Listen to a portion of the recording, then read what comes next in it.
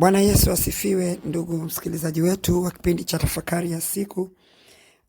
Tunakusalimu katika jina la Yesu Kristo na tunaingia katika tafakari yetu ya leo inayotoka katika kitabu cha Mhubiri sura ile ya 10 mstari wa 10. Biblia inasema, iwapo chuma hakipati, yani kama sio kikali, wala mtu hakinoi, ndipo hana budi kutumia nguvu zaidi. Walakini yafaa kutumia hekima na kufanikiwa. Yafaa kutumia hekima na kufanikiwa. Katika maisha ya mwanadamu kuna mambo mengi tunapita kwayo na yanatuzunguka, tunayaona. Na katika maisha hayo kuna namna ama kwa namna moja ama nyingine mtu anajaribu kukabiliana nayo, kuingiliana nayo, kufanya kitu ili maisha hayo yaonekane yakiwa yanaenda. Lakini matokeo yake katika kila hatua anaoingia mtu ama anaokwenda nayo mtu ili afanye kitu kitokee, anajikuta anaendelea kutumbukia kwenye dimbwi la kuhangaika zaidi badili ya utulivu. Wakati lengo lilikuwa nikipata hiki, nikifanya hiki, itakuwa hivi, alafu itakuwa hivi. Kwa maana kwamba mtu anaamua kufanya kitu, atengeneze labda maisha yake yawe mepesi, afanye hivi na vile. Lakini anapofanya hicho kitu, anashangaa, anakutana na chengine kimejitokeza, mambo yanaanza kuharibika, matatizo yanaanza kuongezeka, kichwa kinaanza kuzunguka zaidi. Matokeo yake nguvu zinatumika zaidi, alafu matarajio ama mategemeo yanakuwa hafifu ama yanakuwa hakuna. Kwa hiyo inakuja kujengeka kwamba hiyo ni aina ya maisha. Lakini Biblia inatuambia nini hapa? Iwapo chuma hakipati, kwa maana sio kikali, wala mtu hakinoi, ndipo hana budi kutumia nguvu zaidi.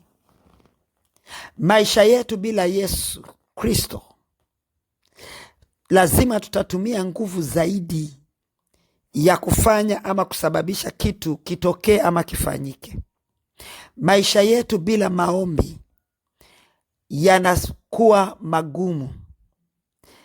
Ni mfano wa kuishi kwenye tamko la Mungu alilomwambia Adamu, utakula kwa jasho, utatumia nguvu, ndipo uweze kupata chakula. Nguvu zilikuwa zinatumika ama zinatakiwa zitumika kwa sababu gani? Kwa sababu kulikuwa kumetokea utengano kati ya mtu na Mungu, ambaye inatuonyesha leo kwenye mstari hii ambaye tumesoma Mhubiri sura ya 10 mstari wa 10, ya kwamba ninapokuwa niko mbali na Mungu, ninapokuwa nimetenganishwa ama nimejitenganisha ama nimetengwa na Mungu, sina budi kutumia nguvu zaidi. Walakini anasema yafaa kutumia hekima na kufanikiwa. Sasa hekima ni nini? Hekima ni Mungu. Yaani mtu anasikia, huyu ana hekima. Hekima ni Mungu. Ni Mungu ndio anayefungua ufahamu wetu na kuingiza maarifa yake ndani yetu, hata tuweze kufanya kitu ama jambo na likawa na mafanikio. Kwa hiyo ili niweze kufanikiwa katika maisha, ninamhitaji Mungu. Ni kweli unaweza ukawa unahitaji fedha, lakini Unaweza ukawa na fedha na usiweze kufanikisha unachotaka. Matokeo yake kama ninavyosema, ukajikuta unatumia fedha zaidi kutaka kufanikisha kitu ambacho isinge kugharimu hivyo. Alafu inakuwa sehemu ya maisha yako. Leo Bwana ametupa tafakari hii, na tukajitafakari kwenye mienendo yetu na maisha yetu. Je,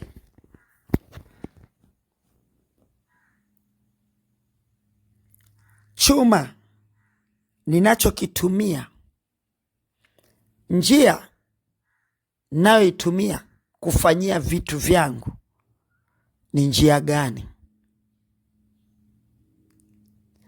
Ni ile ambayo ni ya kurupuka, kukimbizana, kuona mtu amefanya na wewe ufanye? Ni nini?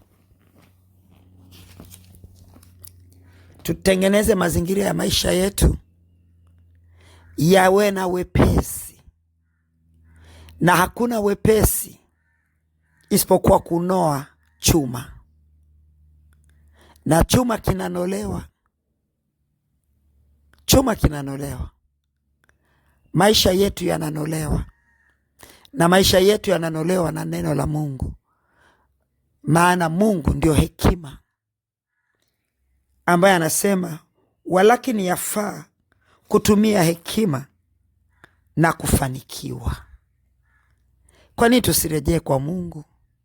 We ambaye umekimbizana mpaka umeona dunia kama vile sio ya kwako tena, tumia hekima, mrudie Mungu.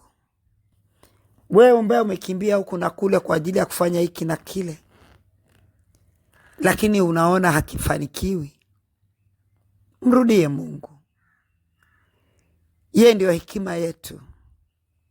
Maana hata hekima tunayoitafuta kufanya vitu yatoka kwake, na nisipokuwa naye ina maana nitapata hekima nyingine, na hekima nyingine natoka wapi? Kwa Shetani, ambaye itaniingiza kufanya vitu, lakini matokeo yake ndio ugumu utaanza kujitokeza. Bwana Yesu alisema kwenye Mathayo ile 11, jifungieni nira yangu. Kwanza alisema njooni kwangu nyote mnaosumbuka na kulemewa na mizigo, nami nitawapumzisha. Mstari unaofuata akasema jitieni nira yangu, kwa sababu mimi ni mpole na mnyenyekevu. Tabia zake zitakaa ndani yetu, ufahamu wake tutatembea nao, na itatusaidia katika maisha yetu. Hebu tukalitafakari hili. Neno la leo limekuja kwetu kama ushauri. Roho Mtakatifu anamshauri mtu hapa. Umekimbia spidi, lakini angalia ni wapi ulianzia safari. Spidi ambayo ulikimbia nayo ikashindwa kufikisha kwenye hatima. Tafuta ni wapi ulianzia, ndipo ulipoachana na Mungu. Ukarudi hapo ili uanze kutembea na Mungu, na yale yanayotustahili yaweze kukaa vizuri. Hii ni tafakari ambayo inahitaji kumshauri kila mtu. Hata mimi inanishauri, na mimi naenda kutafakari pia. Yako mambo ambayo unaona yanaenda, unatumia nguvu sana, nachoka sana kwa kitu ambacho ukifanya kwa sehemu ndogo. Ni wakati wa kutafakari. Kuna wakati nilikuwa nafanya kazi, yani nafanya kitu, nikajikuta natumia nguvu nyingi sana, alafu matokeo hayatokei. Nafanya kazi na watu, natumia nguvu kubwa